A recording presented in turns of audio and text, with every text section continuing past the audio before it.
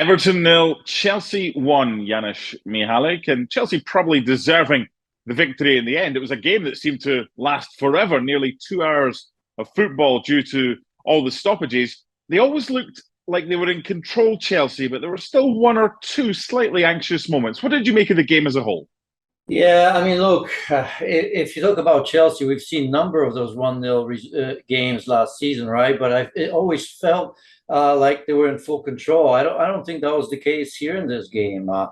Almost if they were not physically ready, disjointed, not cohesive in all formations, allowing Everton, who, by the way, we've had such low expectations for ahead of the season, it allowed them to get behind. There weren't too many great chances, one or two for each side.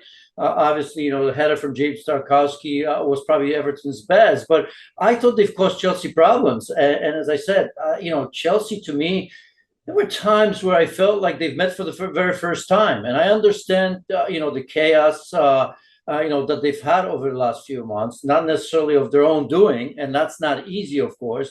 But I think it showed in this game. Remember when they were here, totally outplayed by Arsenal, right? I think I gave them benefit of the doubt. Yes, it was a wonderful Arsenal performance, but you say when the league starts, maybe it'll be better, right? Because that chaos, maybe it's going to be a little bit quieter for Chelsea. I did not get that impression. This was a team unlike the one that we've seen in the past, not necessarily the disciplined one that you expect from Thomas Tuchel. Ninth minute of added time at the end of the first half. Chilwell goes down, challenged by Doucouré. Referee points to the spot. Jorginho scores it. Was it a penalty for you? Yeah, for me, it was very aggressive. Look, when you're beaten by the entry ball, I think it was actually Koulibaly. That was a pretty good ball there to find him. But once you're beaten like that, when you saw that poor a yard or two behind, both arms on him, then he goes in low for that, not getting the ball. There was enough contact there. I think you always look guilty, right? You always look desperate, and there was a lot of contact, high and low. So I didn't think they were going to overturn that, and I think ultimately it was the right decision. Raheem Sterling was heavily involved on his Chelsea Premier League debut today. How do you feel he did? I think to a degree he was isolated. What I'm going to say. I don't necessarily think that he was bad, but there was a different Sterling, right? I mean, he was part of a team at Manchester City, part of the combination play at times, right?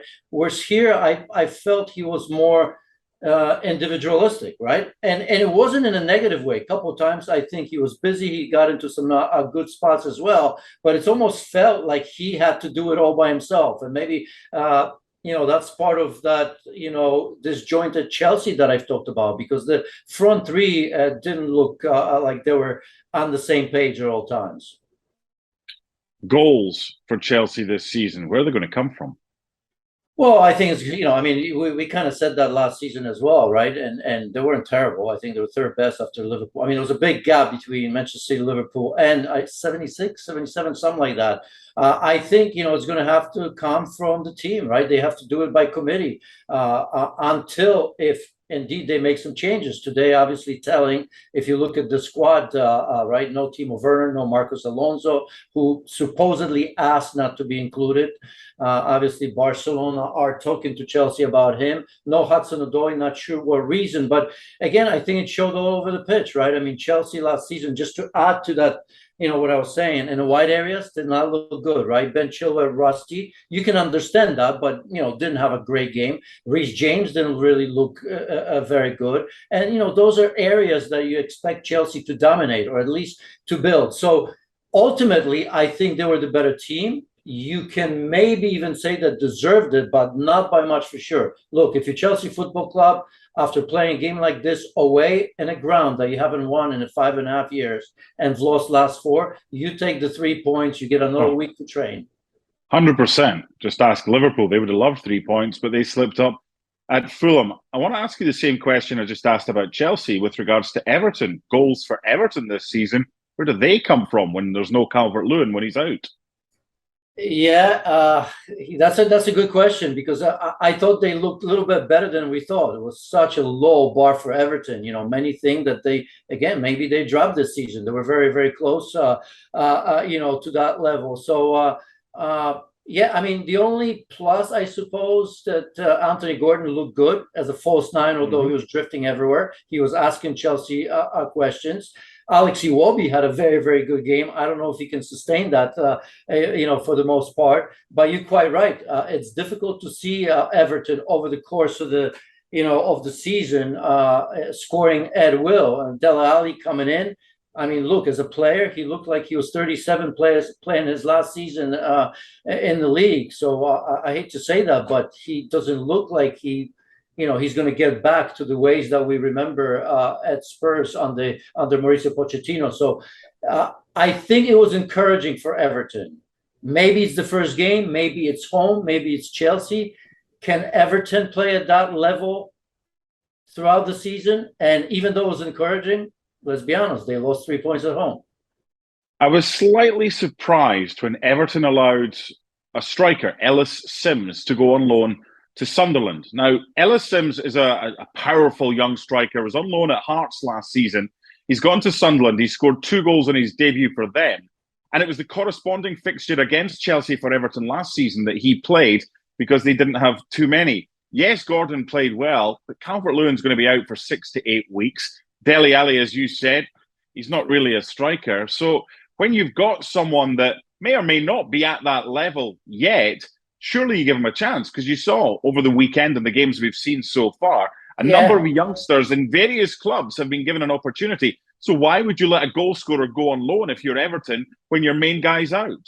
I don't know every detail of it, but maybe the decision was made even way earlier. These deals sometimes don't happen overnight. Maybe Everton still are trying to get a reputable striker or two. Who knows? I mean, let's not forget the window's still open for 3 more weeks. So I suspect that Everton Football Club, given the fact that Calvert-Lewin's out for 6 weeks, that alone tells you everything. That they know they've got to get a striker. They know they got to get a bigger name who's going to be assured of playing, and maybe that's why they let the youngsters go. And Rondon, I think you mentioned, was also not available, suspended today. So perhaps that's the reason. Let's just wait, because there almost must be another striker coming into Everton Football Club.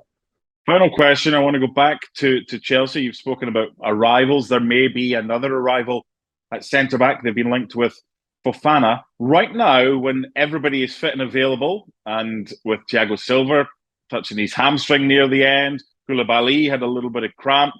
There's a lot of players that kind of struggled today. So when everyone's fit, struggled with fitness, of course. What is your back three? Who's playing where?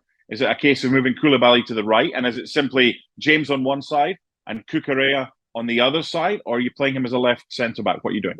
Well, the biggest issue today was at right center back, right? Because Azpilicueta did not have a good game. We know he's capable of that. We know that he can play as a wing back. He can play as a right back. I think it was just I think I don't want to say his head was turned, but just a couple of days ago he resigned. Everyone thought that he was going to Barcelona. So given time, he is a quality player. But I think right center back is an issue. I mean, I don't foresee Azpilicueta playing there throughout the season. So obviously Koulibaly, who probably is best in that position, will move over. Thiago Silva was very, very good today. I think he intercepted and blocked a couple of very, very good possible chances for Chelsea. But of course, at his age, we know he can't play there all the time. But I have a feeling he must. And then, of course, I think, as you said, if it's not Fofana, it will be someone else. They will have to replace Christensen and, most importantly, Rudiger, because I think lack of Rudiger was telling today. So Chelsea get the win, and it was one of those games that up until the first goal was scored, you felt if Chelsea did get it, they'd go on and win it and get all 3 points. That's exactly what they did. 3 points for Tuchel's men on the opening day. Thanks so much for watching ESPN on YouTube. And for more sports highlights and analysis, be sure to download the ESPN app. And for premium content and live streaming, subscribe to ESPN Plus.